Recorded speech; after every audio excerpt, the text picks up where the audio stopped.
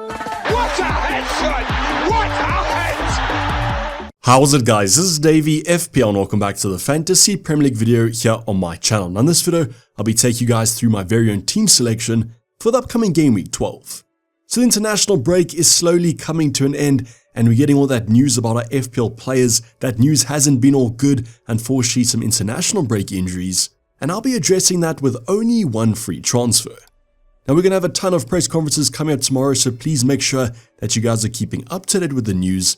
But don't worry, in the deadline stream coming up on Saturday, 1 hour before the deadline as usual, I'll be taking you guys through my final team selection as well as all that confirmation.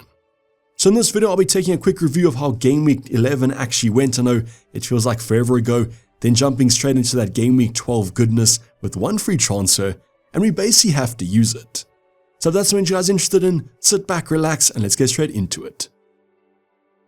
So quick recap of Game Week 11. I know that you guys are probably sick of this, so don't worry. I'm going to run through it quite quickly. The conclusion of the game week resulted in a nice green arrow of about 56 points. But unfortunately, that included the bench boost. So yes, our bench boost was an absolute L for Game Week 11. As you guys can see, 8 total points. Just wish that Rodon, who ended on 9 defensive contributions, just got 1 more, as then we would have ended on 10 points. In terms of kind of my thoughts on a good bench boost, I think around 15 points is usually a dub, so that either would have been maybe an attacking return or some clean sheets. I think Ndai could have had a potential chance there. Unfortunately though, Senesi, Rodon and Dubravka all conceded quite a few. So if you guys haven't used the bench boost yet, you can probably use it in any other week and you'll probably beat my score. Now goalkeeper Raya actually conceded for the first time in a while, so if you guys do have the double up like myself, Gabriel Raya, we lost the clean sheet, but that Arsenal defensive effective ownership is so high, probably didn't even matter. The saviour of the game week was definitely going to be Michael Keane from Everton, a goal plus a clean sheet plus some bonus points, a massive 15-pointer. Otherwise Anderson as usual racked up the DEFCON no clean sheet here. Everton actually played Fulham. Then in our midfield department, we've got Bruno Fernandes once again got an assist right at the end of the game, unfortunately though outscored by Mbeumo. Then with Semenyo, he actually did feature, don't worry, he just missed a penalty. I had 2 penalty misses in Game Week 11. Otherwise Ismail Assar plus Enzo both got the clean sheet point. Stats look really strong though, both had a chance for attacking returns, especially Sarr with a few big chances missed. With Enzo, he's racking up that XG, that XA, it's just not resulting in FPL points. Then up front, our second penalty miss was going to be for Erling Haaland. Luckily, it was against the team I support, Liverpool, but he scored anyways. His form was just too good at the moment. Otherwise, Mateta, he actually assisted one of the Ismail Assar big chances missed, so imagine if that goal did go in. Then the transfer in for Game Week 11 was Gyökeres out, João Pedro in, and he actually scored on his debut again. We did own him a few weeks ago, actually about 2 weeks ago, we sold him and bought him back. I just hope that he can continue on this goal scoring way of things. So that's just a quick recap of Game Week 11. We can put in the past now, the bench boost L, but I guess the Michael Keane dub. How did you guys get on in Game Week 11 and what's your overall rank looking like? So now moving on to Game Week 12's team selection. As you guys can see, 1 free transfer and 0.2 in the bank, so only a slight upgrade can be made. Now I actually want to show you guys my team selection before my transfer plan, just to give you guys the context as always before we talk about my moves. And as mentioned, tons of content still to come up tomorrow in terms of the press conferences, where hopefully we get some clarity on these yellow flags. So starting off on the bench, at least this week, we do have some bench coverage, mainly relying on those Everton assets in Ndai plus Michael Keane. United away isn't the best fixture though. Definitely do prefer it from an attacking point of view, so unfortunately I'm benching Ndai, although I still feel like he could do well, but let's just see where Semenyo's fitness is. Otherwise Dubravka, Rodon have no reason to kind of start them, not the best fixtures, and currently starting Raya between the sticks. Now Raya could actually be our only Arsenal defender now that Gabriel's injury looks like it might be 1 to 2 months, and if you guys have seen the ultimate guide, Arsenal's clean sheet odds are the best of the game week.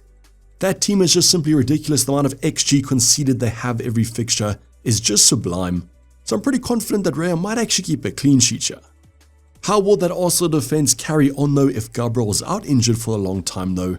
Probably a slight decrease, but I still back them to get clean sheets.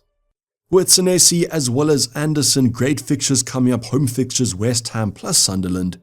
I'm hoping for a clean sheet here, but I guess the DEFCON points might be already wrapped up. I just wish that Gabriel was actually going to be fit, because with all these kind of home fixtures, the clean sheets could be there. But I guess whoever we bring in for Gabriel might still get one. Then in our midfield department, Bruno Fernandes might be an outside Camsey punt if you guys do want to go there. Maybe if he scored those 2 penalties early on, I'd be more confident. Everton's defense though isn't the worst in the Prem, and therefore I feel like the Bruno Fernandes ceiling might not be that high, but definitely would consider Saka if you guys do own him. Then with Semenyo, it's still up in the air whether he left the Ghana camp to either propose or he actually was injured. That's still a debate over on Twitter. I do hope that he's actually back though, hope it was more of a precaution or it was just kind of personal reasons, as West Ham at home's a great fixture. Now even though his stats haven't looked that great, Bournemouth do go on a little bit of a nice run now, so fingers crossed he's back fit. Then Ismail Assar, great fixture against Wolves, although the expected kind of goals aren't that high for this one, I do back him, and he's come out of the international break injury free. So let's just see if he can repay me for bringing him in a few game weeks ago. I definitely feel like he has that potential. Then with Enzo, you might be asking me why I don't have him yellow flagged. Well, from my understanding, Enzo should be okay for game week 12, and he was just simply missing the Argentina international break due to work overload. He seems like he is playing with an injury that needs to be maintained, and therefore after 2 weeks off, I do back him to play. Minutes might be managed, but I'm still expecting the majority. The potential definitely is going to be there. Burnley away, let's hope that there are maybe a little bit more attacking at home. An assist to João Pedro would be appreciated. So speaking about our forwards, as mentioned, João Pedro, same fixture there. Let's just hope almost a differential now in the engaged managers. And he's on great form for Chelsea at the moment. Then with Mateta, like Bruno, could actually be an outside Camsey punt if you guys do want to go there. And that's just because Wolves are simply terrible. Now I might have had a little bit of a busy international break. I know he played the last French fixture a few days ago, but should be fine for game week 12.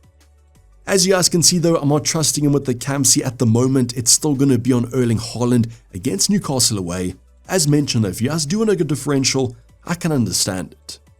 I just kind of feel like with that Dan Burn injury, don't exactly know if it's going to impact them that much, but they have been conceding, and Erling Haaland is just kind of fixture proof. His stats are just great. So I can understand if you guys do want to go different. I don't own a Saka though, so it's easier for me to captain Erling Haaland. Let me know in the comments down below who's your captain for game week 12. With the Erling Haaland Camsey, you guys can see my game week 12 team. If Gabriel was back fit, the starting 11 does look pretty decent, and therefore originally I was going to roll the transfer. Let's see what happens tomorrow though. I want Semenyo, Enzo as well as Gabriel updates, but it does seem like Gabriel will be missing for at least the medium term. So going on to my transfer plan, as you guys can see, definitely it's going to be one free transfer potentially used. It might be a hit, depending on if we get some news tomorrow. At the moment though, the news we have is that Gabriel will be assessed further after initial scans might have ruled him out for about 1 to 2 months. And with this FPL congested period, that might be a few game weeks. So at the moment, the plan is to replace the Arsenal centre-back. We did go through a bunch of options though in the Ultimate Guide, so go check that out if you guys do want the stats behind this. At the moment, I've got 2 options. The first one is going to be Virgil van Dijk, sort of the template engage manager pick with those lovely fixtures. And the second one is going to be Munoz, who had a price rise and now costs 5.8. So between these 2 options, literally 0.1 between them, so not much there. All kind of depends on who you prefer.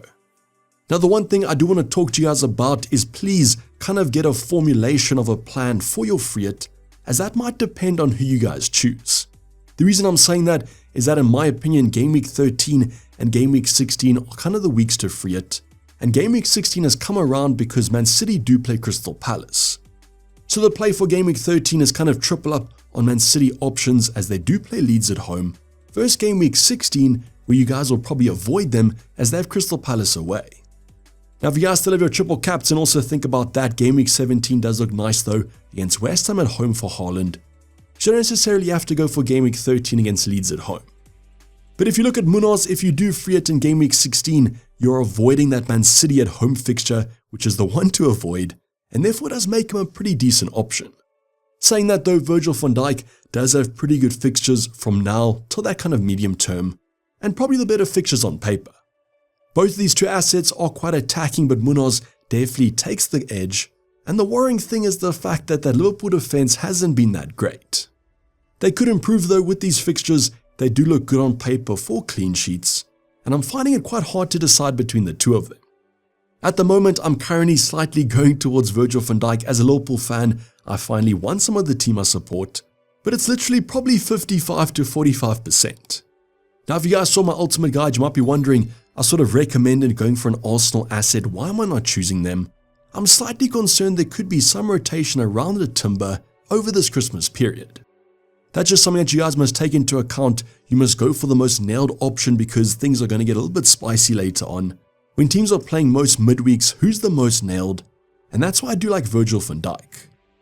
So it is quite template, but it's going to be template for a reason. He is a good asset. We just have to hope that the Liverpool defense does improve. In the comments down below, who's your kind of Gabriel replacement? He's very popular, so I'm pretty sure most of us will be taking him out. I'm not too stressed about the price rises as I can afford an extra 0.1 drop on Gabriel as I bought him for 6.1. So just go over to your transfer page, go to the list view and see what price you bought him at, as it seems like he might be dropping in price tomorrow. With the mention of tomorrow, just make sure that you guys do get some confirmation. Don't exactly know if Arteta is going to give us anything, but we might have some clarity on some other options like a Semenyo or an Enzo. So going back to this kind of team selection, if I do take out Gabriel, bring in Virgil van Dijk, Nottingham Forest at home is a pretty good fixture, we could potentially be having a full house of clean sheets for game week 12. So I do feel like the starting 11 does look pretty decent. Virgil should be a good option coming up. This could always be Munoz though. As mentioned, let me know in the comments down below who's your Gabriel replacement. Hopefully I do see you guys in the deadline stream coming up 1 hour before the deadline on Saturday, and I'll be locking in my final team selection as well as going over all the news from the press conferences tomorrow. This is basically our video, guys. Hope you guys did enjoy it. Please don't like it and subscribe if you have subscribed yet. Tons of content still to come up from now to the end of the season, so make sure those notifications are turned on. Hopefully I see you guys in the deadline stream coming up in 2 days time, but for the time being I'm signing off. It's been Dayvy FPL and I'm out. Cheers, bye.